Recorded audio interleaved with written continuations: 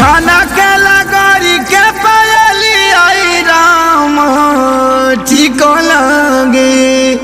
अरे ई का हो रउआ तो बोली मत हमरा से तो। अरे तुम कालत कर बाड़ू रउआ बात मत करी हमरा से, कोनो मतलब बा हमरा से?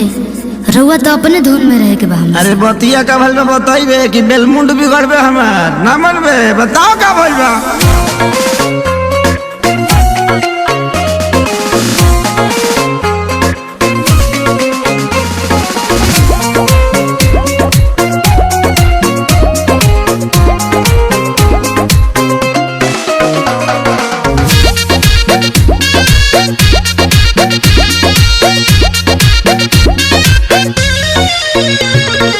भुलाइल बाकी झुमकाए रानी बोलत ना बाड़ू का बा परेशानी। हटियो ना। अरे बोला का बात बा? पायल भुलाइल बाकी झुमकाए रानी बोलत ना बाड़ू का बाटे परेशानी। काहे तोहर भोरे से लटकल बलोला हो लटकल बलोला।